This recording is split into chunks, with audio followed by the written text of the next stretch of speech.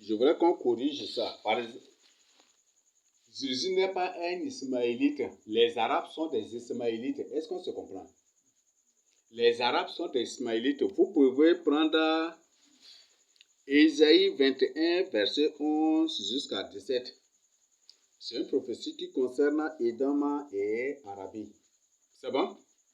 Et vous allez trouver là. Et pour comprendre, dans Ésaïe 21, verset 11, on dit oracle sur Douma. Douma, ça c'est le fils d'Ismaël. Et c'est une ville qui est comme capitale même des fils d'Ismaël dans la Bible. C'est bon? Et par exemple, si on vient dans Genèse 25, verset 12, verset 13. Genèse 25, 13. Voici les noms des fils d'Ismaël par leur nom, selon leur génération. Nous avons Nebadjot, premier-né d'Ismaël, Kedara, Abmel, Mesuzama, Mishma, Douma, Massa, c'est ça, non? Nous avons les Massa ici au Chadron, c'est ça, non? Donc, ici, nous avons ce Douma-là, au verset 14, il y a le Douma, c'est ça, non? Mishma. Par exemple, il y a mission, quoi là? Le chef est parti, il y a une coalition militaire, non? Qui avait intervenu en Centrafrique au nord de Misma, c'est ça, non? Donc là, ça, c'est des fils d'Ismaël. Ce sont les Arabes qui sont descendus là-bas pour délivrer, voilà, leurs frères qui sont en Centrafrique, que les Centrafricains égorgeaient. Donc ici, les Arabes, ce sont les Ismaélites. Les Arabes ne sont pas des Blancs. C'est que vous devez d'abord savoir. C'est bon? Les Arabes sont des Noirs, ce ne sont pas des Blancs. Les Arabes sont 100% des Noirs. Ismaël, c'est un Noir, c'est ça, non? Abraham, c'est un Noir. Agar aussi, c'est une Égyptienne noire aussi, c'est ça, non? Donc, les Arabes sont des Noirs. Ces Arabes blancs là-bas, là, ça, c'est des bandits. Et même, c'est des lépreux. Vous prenez par exemple, bibliquement, Vladimir Poutine, c'est un lépreux devant Dieu. C'est ça, non? Ah, mais un Noir, là, quand il contrôle la lèpre, là, il devient blanc, non? Donc, Vladimir Poutine, c'est un lépreux. Donald Trump aussi, c'est un lépreux. Tous ces gens là-bas, ce sont des lépreux. Donc, ce sont des lépreux. Et ce sont ces lépreux-là que les gens sont en train de préparer ou en train de prendre comme solution pour l'Afrique. Or, eux, ils adorent les Africains. Mais les Africains, même ne savent pas. Donc, eux, ce sont des lépreux. Donc, ce sont des lépreux, des êtres impurs. Et des êtres abominables. C'est parce que nos pères aimaient l'abomination, ce que certains étaient renvoyés parmi eux pour habiter avec ces abominables et ces impurs pour voir et pour qu'eux-mêmes analysent et chassent et voient que c'est dur et c'est terrible de vivre avec ces nations. Que de se détourner de Dieu pour vivre avec et pour subir et vivre ces choses-là. Donc, c'est à cause de ça. Donc, ici, Jésus n'est pas du tout un arabe. Et il n'a jamais du tout été un arabe aussi. Là, c'est ce que vous devez d'abord rectifier. Jésus n'est pas du tout un arabe. C'est bon? Parce que les arabes sont des Ismaélites. Ce ne sont pas... Les juifs ne sont pas des arabes. Donc, ne confondez pas du tout. Mais les arabes avaient plutôt falsifié. Parce qu'aujourd'hui, c'est les Sahara plutôt qui doivent porter les gros boubous ou les djellabés. Ça, c'est les Sahara plutôt qui doivent porter ça. Mais même Jésus portait une seule tunique de haut jusqu'en bas, non? Jésus portait aussi les apôtres, non? Ah, donc c'est ça nos habillements. C'est même Abraham, Isaac, Jacob, même tous les films des prophètes, là, c'est ça, ils s'habillaient, non? Donc c'est ça nos habillements. Mais eux, ils ont plutôt copié. Ils ont plutôt copié, non seulement copié, mais usurpé aussi. Et c'est ça. Donc, là-bas, là, chez les blancs, bah, là, ces blancs, ce sont des lépreux aux yeux de Dieu. Ce sont des lépreux. Et en Chine, que vous allez trouver, là, vous allez trouver des édomites, là, avec les juifs. Même le Seigneur m'a révélé aussi, il y a les juifs là aussi. Là, vous allez les trouver, avec les édomites là-bas. Ils sont mélangés, mais partout, vous allez les trouver partout. Mais la plupart de ces nations-là, ça, c'est des nations abominables, des lépreux. Et comme les lépreux sentent beaucoup, ce qui fait que les Français aiment beaucoup les parfums pour ouvrir leur odeur, c'est ça, non? Voilà. Donc, c'est ce qu'ils sont. Voilà, c'est ce que je tiens vraiment à partager avec vous. Donc, comme l'appareil l'enregistrement s'est arrêté, pour Noël, une personne, tout véritable enfant de Dieu qui ne veut pas être voué à l'interdit comme Jéroboam, qui a créé 25 décembre et 1er janvier, ne doit jamais du tout manger aucune chose dédiée à cette fête, à ces fêtes-là. Donc, 25 décembre, il ne faut rien y toucher. Si une personne prépare les caca pour un Noël, il ne faut pas manger. Si une personne prépare les caca pour un Noël et que la personne veut t'apporter, tu peux prendre et puis verser au WC.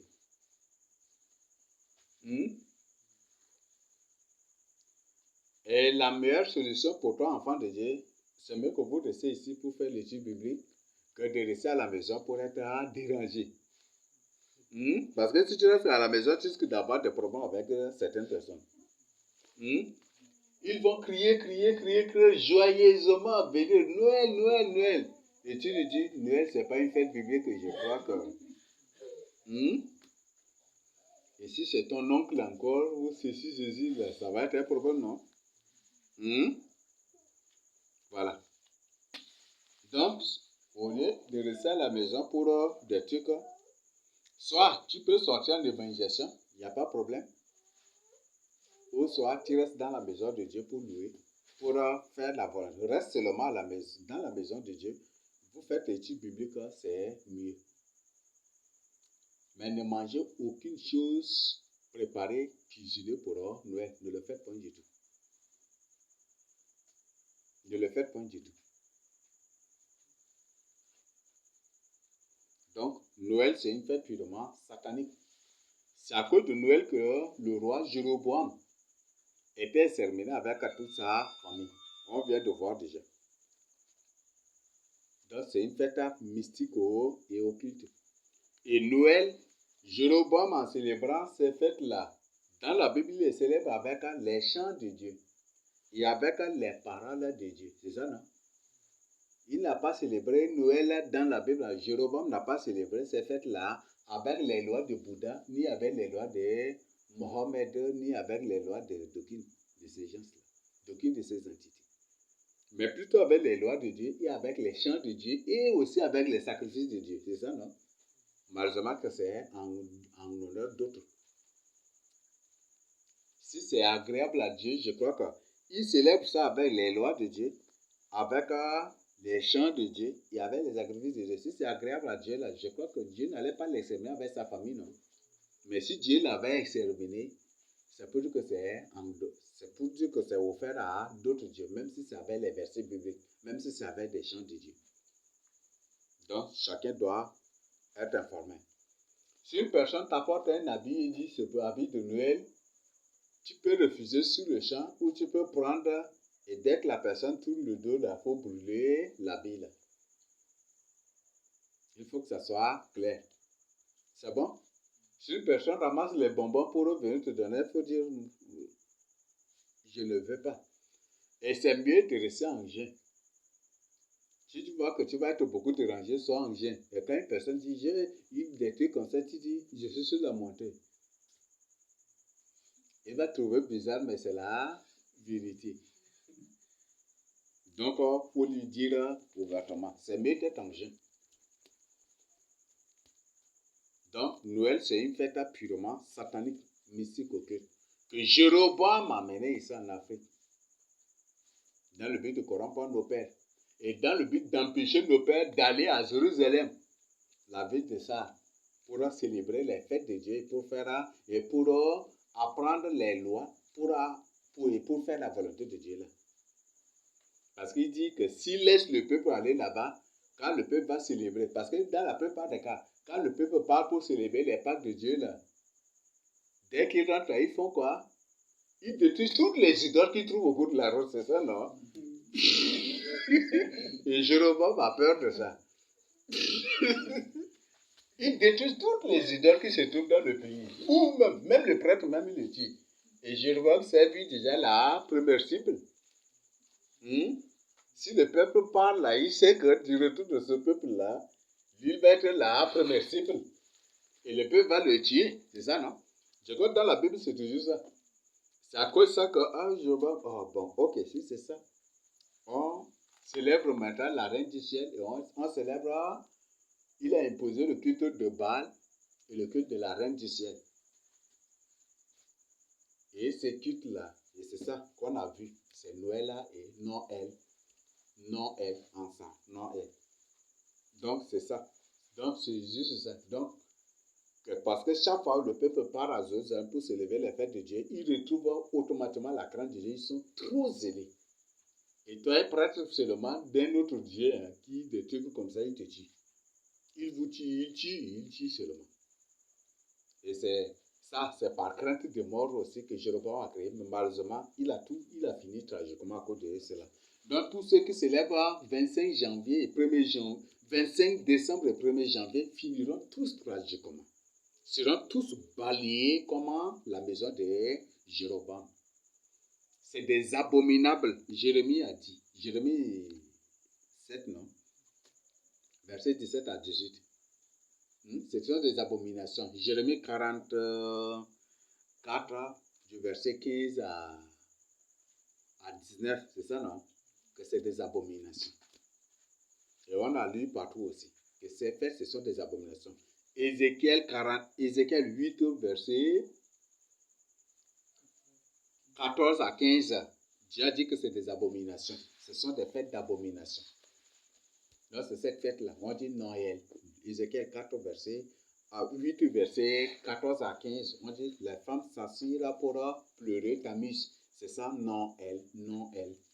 Donc, Noël ou Noël ou Noël selon les milieux. C'est ça. C'est ça qui est Noël. Francisé en Noël. Donc, c'est une fête à l'honneur de Tammuz. Et Tammuz, c'est un enfant. Ce qui fait qu'ils disent que c'est la fête des enfants. Il ne s'agit pas de l'enfant Jésus. Mais il s'agit plutôt de l'enfant Tammuz, l'enfant Kabal, l'enfant qui est venu plutôt pour arracher les gens de la main de Dieu. Arracher les gens de la crainte de Dieu. Pour le désordre. La preuve est là aussi dans les fêtes de Noël. C'est ça, non? Bonjour au désordre, non? Voilà. Donc, c'est une fête dans laquelle Dieu ne se trouve pas point du tout. Dieu n'est point du tout une œcuménique. Pour que là où Tammuz reste sur son trône, Dieu vient aussi dresser son trône à côté de Tammuz pour rester ensemble.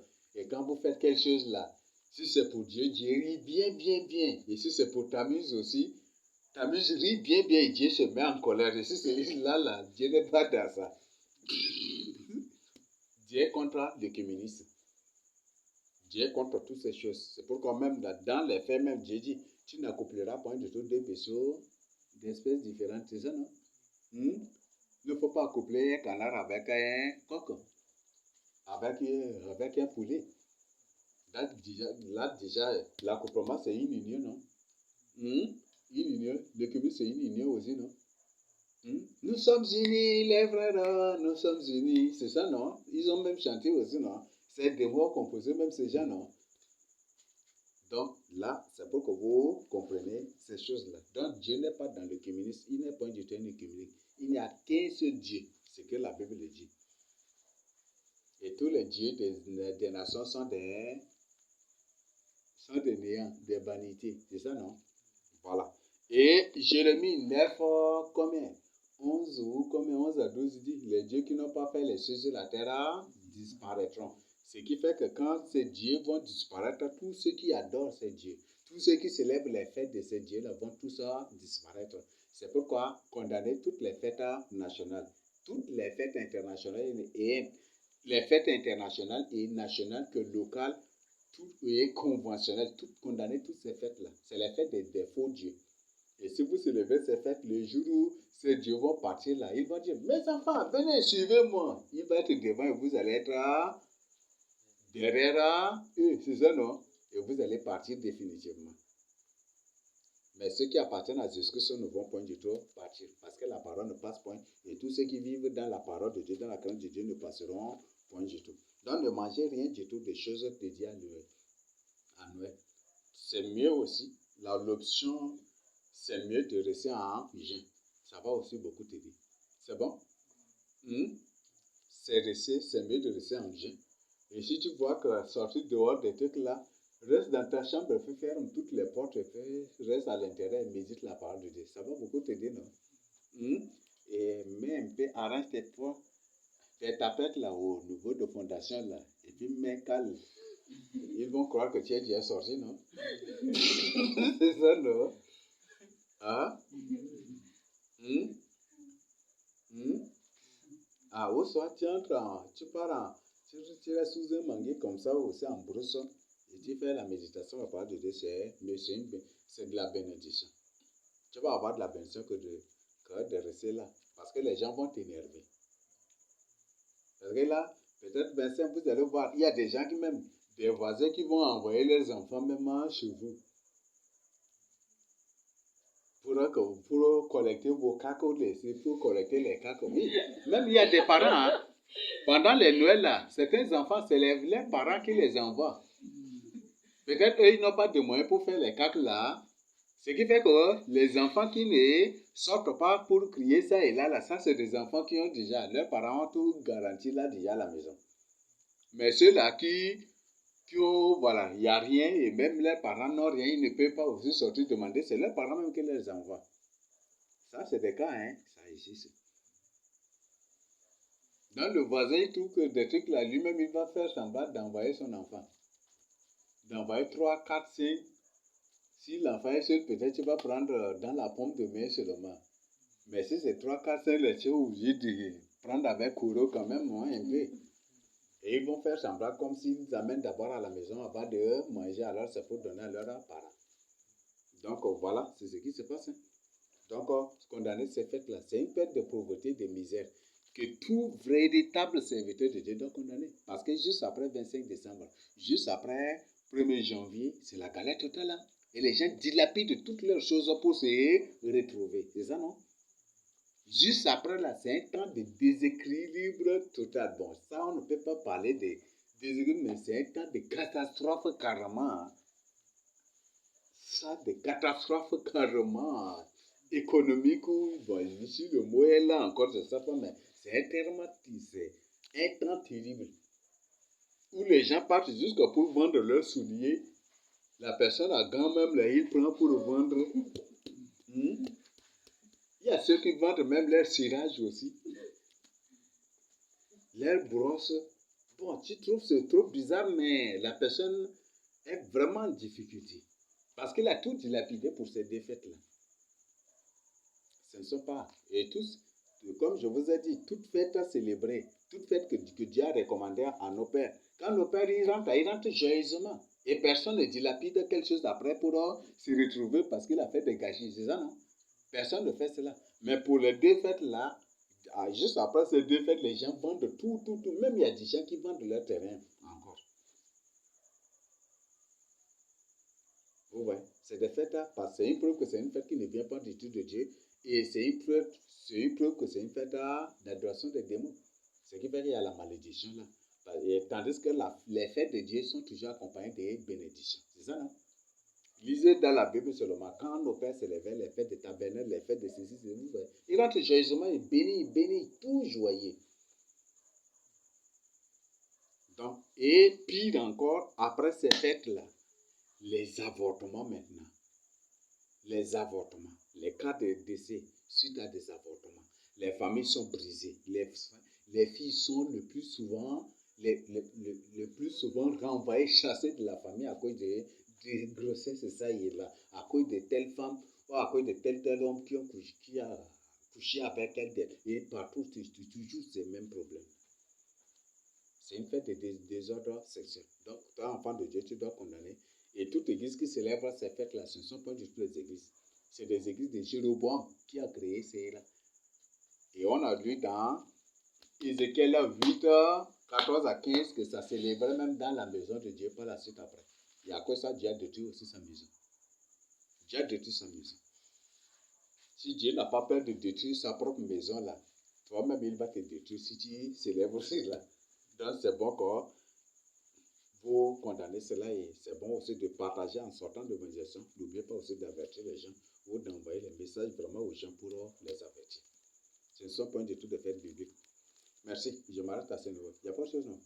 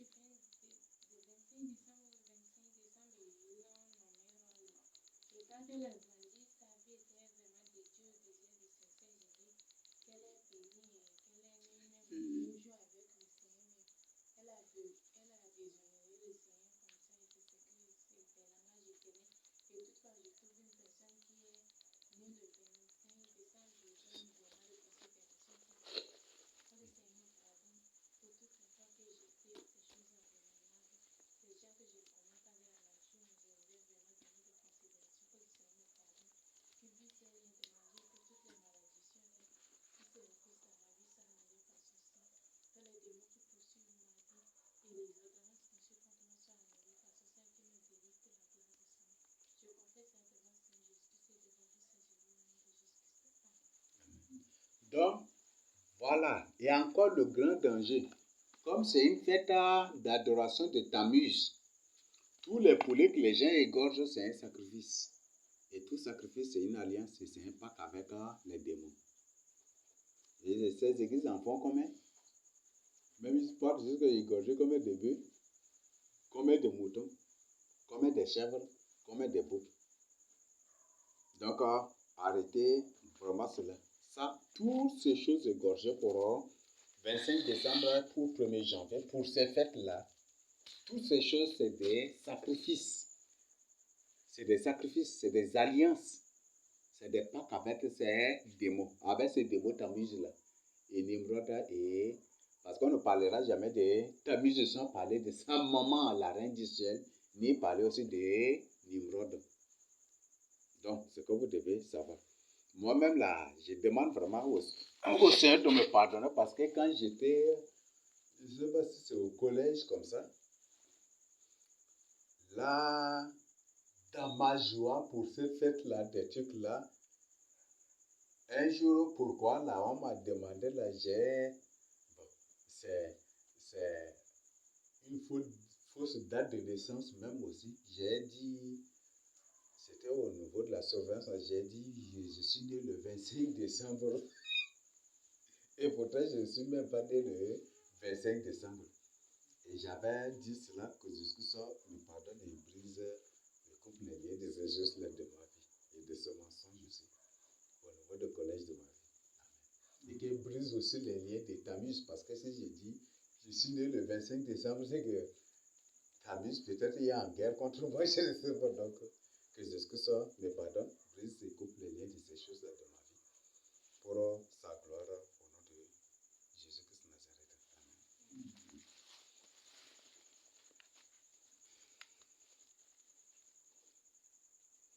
Voilà, s'il n'y a pas autre chose, nous nous arrêtons à ce niveau pour passer à la table du Seigneur.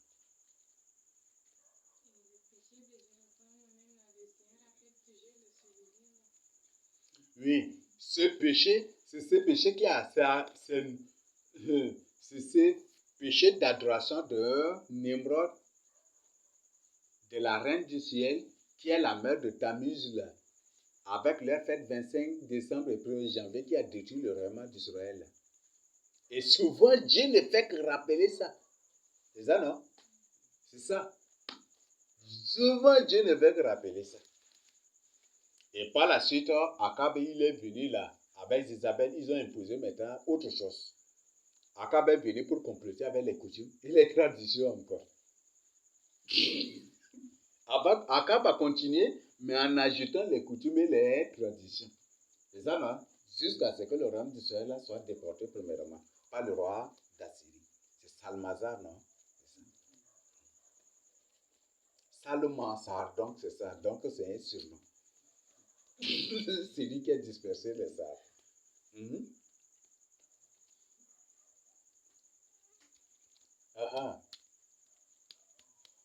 Parce que, vous voyez, jusqu'aujourd'hui, chez les Sahara, c'est une réalité.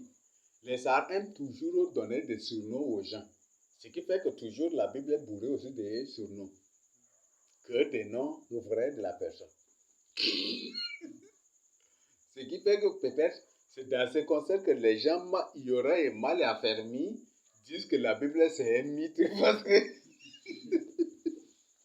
ça va être dans ce... Peut-être ça.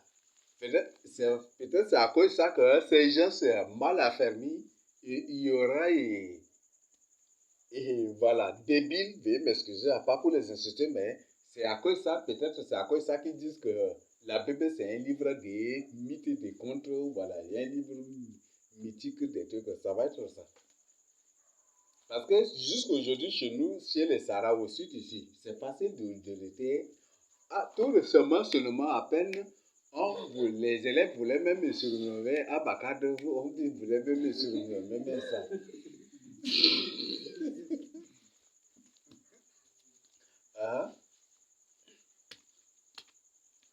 C'est chez les Sahara ou ici au sud, au Tchad, c'est facile d'hériter un autre nom. Tu vas devenir éternellement même ton nom.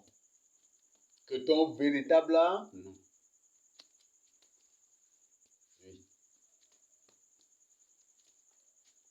Donc, ce qui fait que des gens y auraient mal affermis. Là, ils disent que la Bible, que c'est un mythe. Peut-être en examinant des trucs, ils ont trouvé que c'est des mythes. Mais c'est une réalité chez les sudistes. Et c'est une réalité ici au Tchad même. Tu aimes beaucoup laisser les barbes, on dit, on t'appelle Abdigil. C'est ça, non? Même chez nos frères, même qui sont détachés et amenés par les colons au nord, c'est ce qui se passe aussi. Donc, c'est une réalité chez les Sahara ici. Donc, ça va être à cause de ça que les gens mal enfermés, les gens ignorants, qui ne comprennent rien du tout, là, se mettent à dire que la Bible, là, c'est un mythe. Parce que peut-être en examinant là, ils ont trouvé, ils n'ont pas, au lieu d'appliquer au contexte pour comprendre, et ils veulent comprendre ça philosophiquement. Et ce qui fait qu'ils finissent par dire que la Bible, c'est un mythe. Alors, c'est une réalité. Ça, au Tchad, seulement descendait. N'importe quelle personne qui descend ici au Tchad, il fait attention, même comme des gens, même des étrangers qui viennent ici, seulement ils trouvent des surnoms. Ta manière de manger, seulement la personne voit, après ça devient directement ton nom. Ta manière de regarder, ou le fait que tu parles là, et le mot que tu aimes beaucoup prononcer là, ça devient ton nom. On a un professeur qu'on l'appelle et donc, chaque phrase ou au milieu d'une phrase, il prononce toujours et donc. Et donc. Et on l'appelle professeur et donc. Et combien de professeurs ont des surnoms? Là, beaucoup. Et partout, on parle des professeurs, mais même des pasteurs qui ont des surnoms, ça existe, non? Oui, vous n'avez pas vu. Il y a des pasteurs qui ont reçu des surnoms. Donc, c'est une réalité chez les Tchadiens ici. C'est une réalité. Et c'est cette réalité que vous trouvez dans la Bible ici aussi. Donc, certains noms, c'est des surnoms.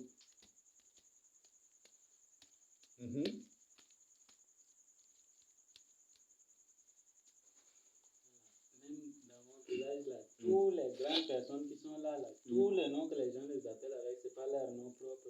C'est des surnoms. Oui, tu ne peux pas naître et grandir avec ton nom de naissance là, comme ça, il n'y a pas. Oui, parfois, si moi-même ici, là, j'ai beaucoup de noms par rapport à mon comportement. Par rapport à mon comportement et des trucs où mon enfant se trouve, j'ai beaucoup de noms. Mais ce n'est pas de noms officiels tels qu'on le croit.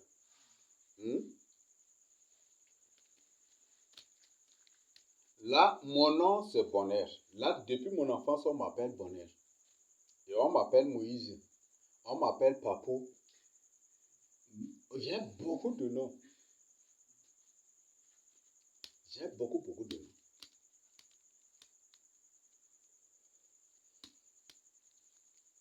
Peut-être toi, tu en as aussi beaucoup. Peut-être tu parles beaucoup au Kachonji à Bakalam. Tu aimes beaucoup faire de bruit au Kachonji ou insulter les parents des autres, on dit Iyakalam.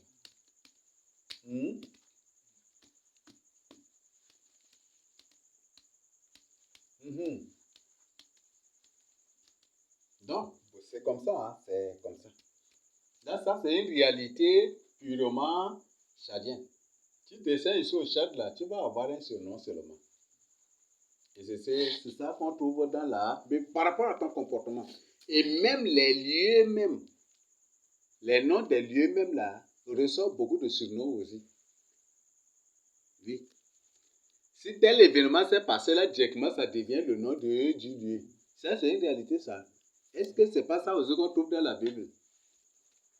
Quelque chose se trouve c'est passé dans tel lieu là. Si le lieu s'appelle là, autrefois, appelé d'un autre nom même là, il va recevoir obligatoirement un autre nom aussi. Et c'est ces deux noms là, par rapport à l'événement, qui va être beaucoup connu. Ça, c'est une réalité tchadienne carrément, c'est une réalité tchadienne.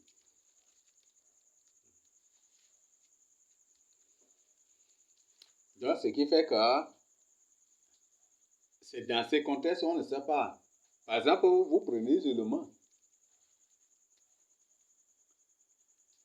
Dans certains coins, là, c'est là où se trouve telle espèce de plante ou d'herbe dominante, là. C'est le nom de cette herbe qu'on donne au nom de la localité. C'est ça, non?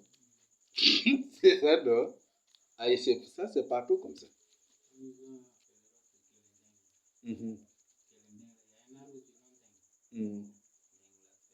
Oui, c'est la base même là aussi.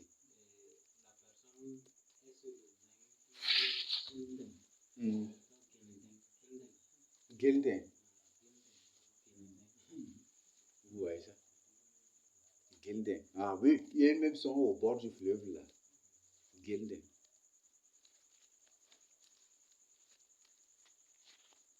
Et ça, et c'est comme ça. La plupart même de nos là, où je ça trouve, c'est des surnoms et partout aussi. Moi, cela peut en rien du temps avoir un autre nom si un événement s'y passe là. Voilà. Au début, comme ça, j'ai eu un rêve là.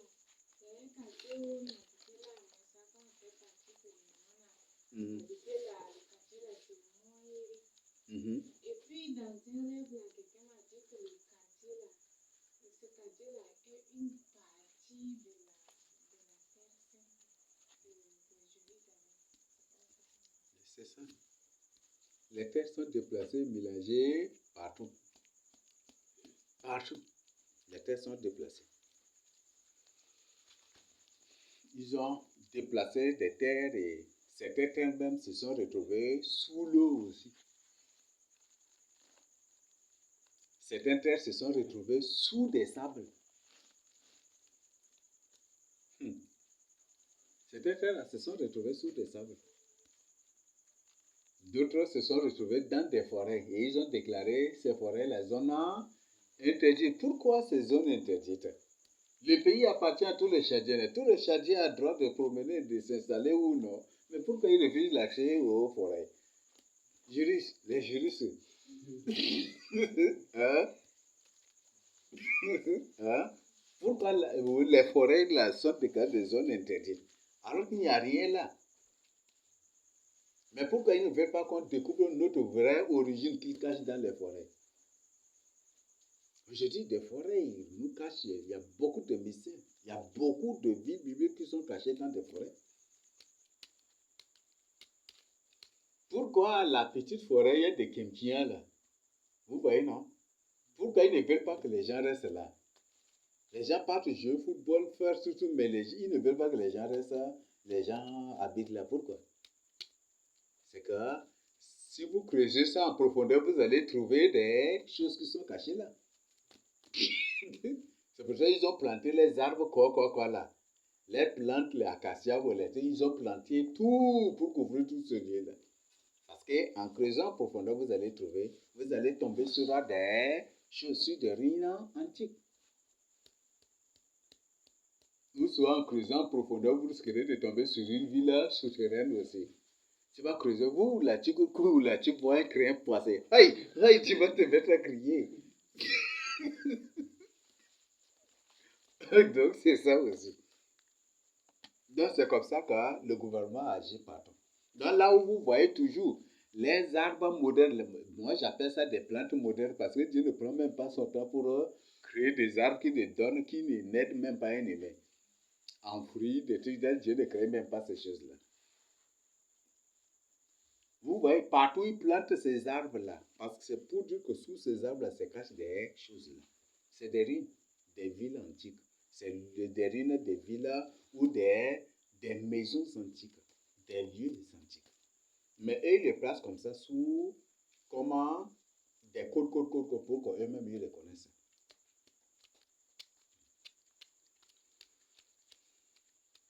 Ce qui est bizarre, il y a un quartier près de l'université là.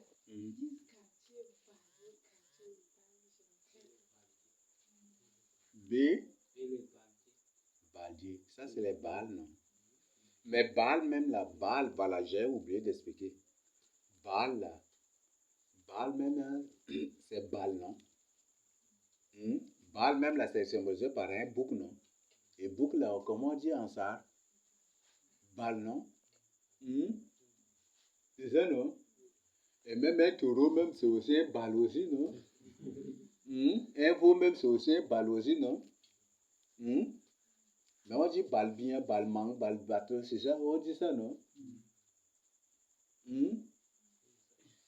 Ah? Donc, c'est déjà un nom purement ça, non? Donc, Baal. Donc, un numéro 2, c'est Baal, c'est un Baal. Donc, oui, parce que quand on dit, si un sar dit que dès que l'on est Baal, il y a une idée Baal là. Si, par exemple, on dit que toi là, tu es un Baal là, c'est pour que tu es un désordonné sexuel. C'est ça, non? Et tu es une personne qui vit aussi dans l'inceste. Est-ce que c'est pas ça le cas avec le cas de Nimrod? C'est ça, non? C'est exactement ça. C'est ça le cas de Nimrod. Nimrod, c'est un Baal. Il a couché avec sa propre maman, donc c'est un Baal, non? C'est un Baal, non? C'est de l'inceste, non? Voilà, c'est un désordre, c'est un excès, c'est de l'inceste. Donc on l'appelle Baal, donc c'est ça, c'est un mot purement sarmen. Mais les gens ne comprennent pas.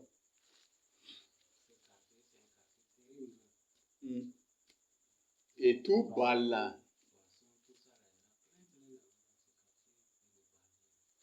Donc c'est le quartier des boucles.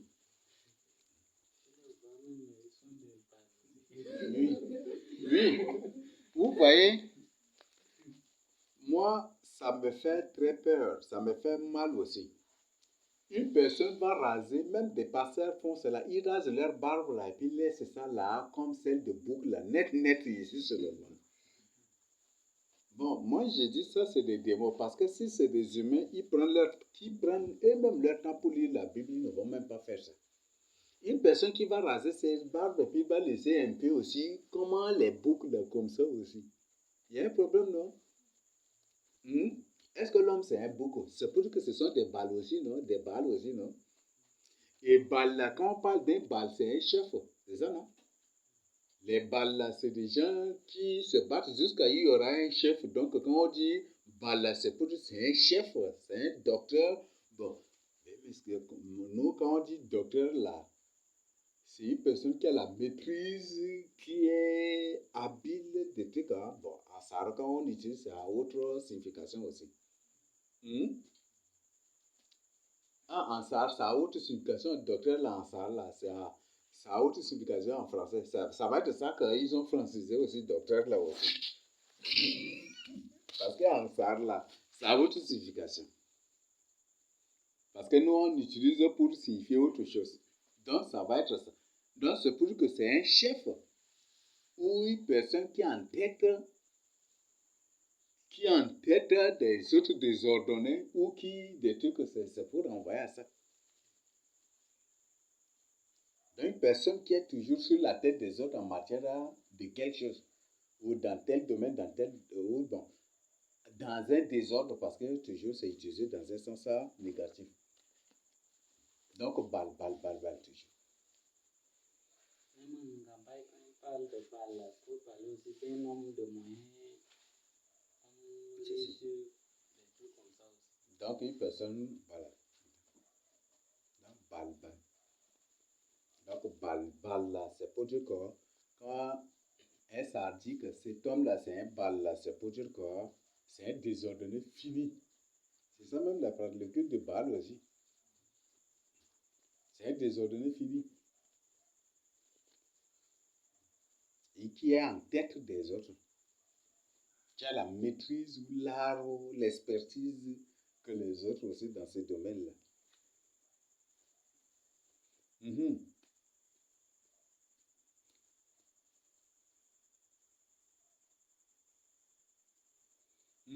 n'y a pas de chose. Donc, c'est des faits qui ne viennent pas du tout de Dieu. On a vu beaucoup de preuves, ça ne vient pas du tout de Dieu. Donc, ce sont les balles qui célèbrent ces fêtes-là. Les désordonnés comme Nimrod qui célèbre 25 décembre et 1er janvier. Je crois que c'est clair. Et comme Dieu a exterminé Jéroboam avec toute sa famille, de même tous ceux qui célèbrent 25 décembre et 1er janvier seront tous aussi exterminés. Aucun ne va échapper. Même s'ils le célèbrent au nom de Jésus, au nom de Marie, au nom de qui, au nom de Bouddha, ils seront tous exterminés. Jéroboam l'a fait au nom de Dieu dans la Bible que Dieu a fini par l'exterminer.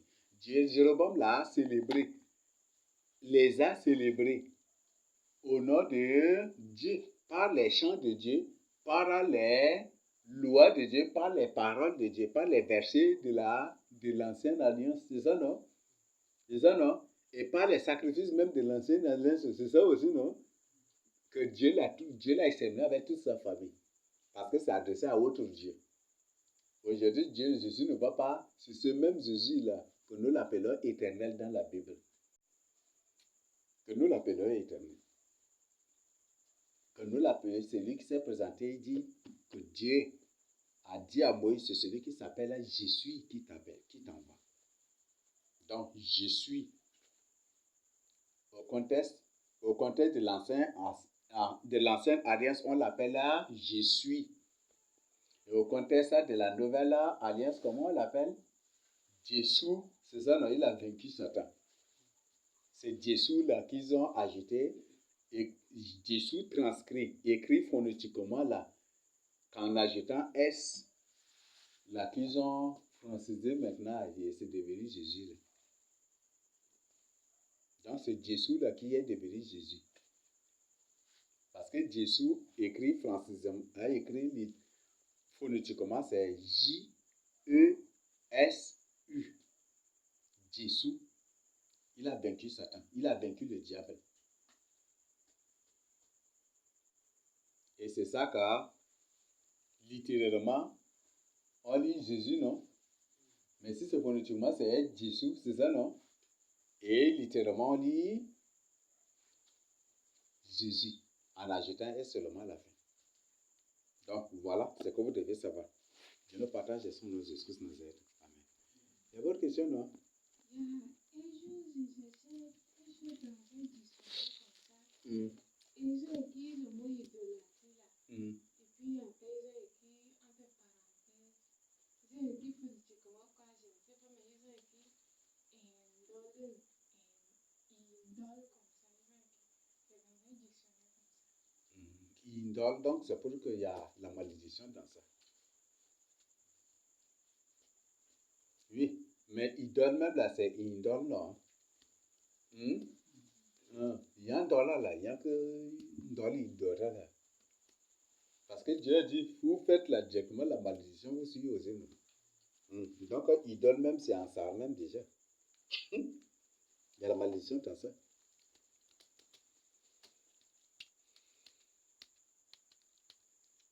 Vous voyez, on est les véritables fils de Jacob et les gens tout fait pour que nous oublions notre origine. Et pour que nous prévalions les langues bandites que notre langue juive. Aujourd'hui, le Sahara dit, je pars à l'école, c'est pour parler français. Ta langue Sahara, qui est devenue la langue française d'une autre manière. Et c'est ça qui est devenu aussi la langue anglaise d'une autre manière. Maîtrise ta langue et puis c'est fini.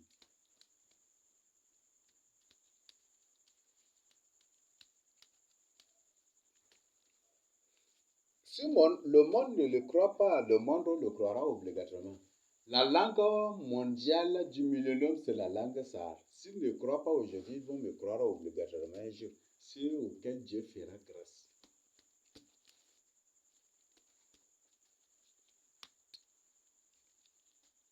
S'ils ne veulent pas croire, ils vont croire. Et même si Dieu ne leur fait pas grâce, même là, au jugement dernier, ils vont être surpris.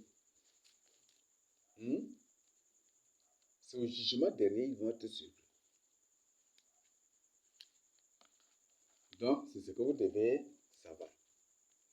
Comme c'est Sim qui a détruit, qui a tué Nimrod pour mettre fin aux abominations de Nimrod, Jésus, on l'appelle Isim, c'est ça, non? C'est ça, non? On l'appelle aussi Isim. Quand Dieu est avec moi, là, Dieu est avec moi, c'est Isim, non? Hein? Ils disent que Immanuel, ils croient que Immanuel signifie Dieu est avec moi, c'est faux. Emmanuel là, où qu'ils ont francisé. Immanuel là, c'est ça qu'ils ont francisé en Emmanuel. Emmanuel ne signifie pas Dieu est avec nous. Ça suffit, c'est moi qui suis Dieu, c'est moi qui suis l'ange de l'Éternel. Ça peut être, c'est ma frère, c'est ceux-là qui est là comme Emmanuel Macron là-bas. Même il se ressemble aussi un peu. Et qui se présente aussi comme Joe Biden là-bas aussi. Là.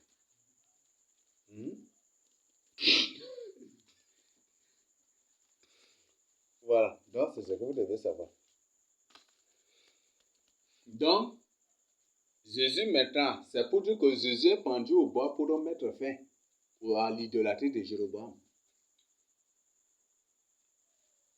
C'est ça, non? Isim, Semla, Semla, c'est ça, non? Ça renvoie à Isim aussi, non? Semou, Isim signifie Dieu est avec moi aussi. Il est avec moi ou Dieu est avec moi, c'est ça, non?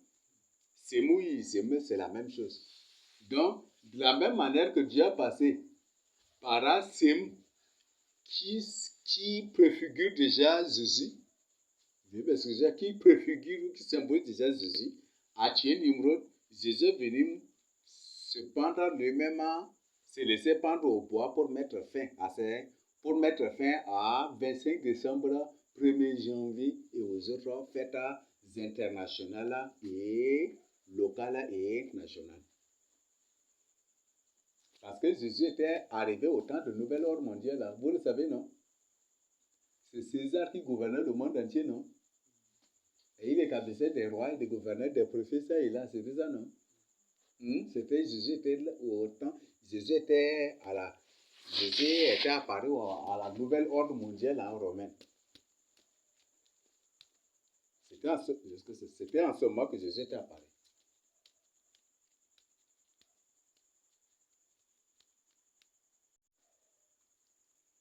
Et si Jésus était apparu au nouvel ordre mondial, je crois que ce nouvel ordre mondial de Rome là a beaucoup de fêtes qu'il célèbre, non?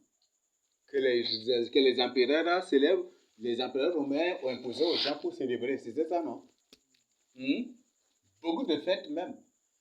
Mondiales, oui, mondiales, locales et nationales que les empereurs romains avaient imposées. C'était ça, non? Voilà.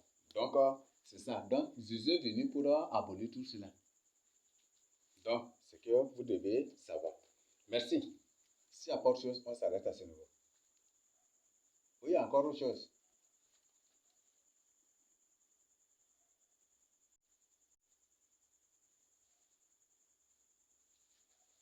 Merci. Que Jésus soit avec chacun de nous, Jésus. Amen.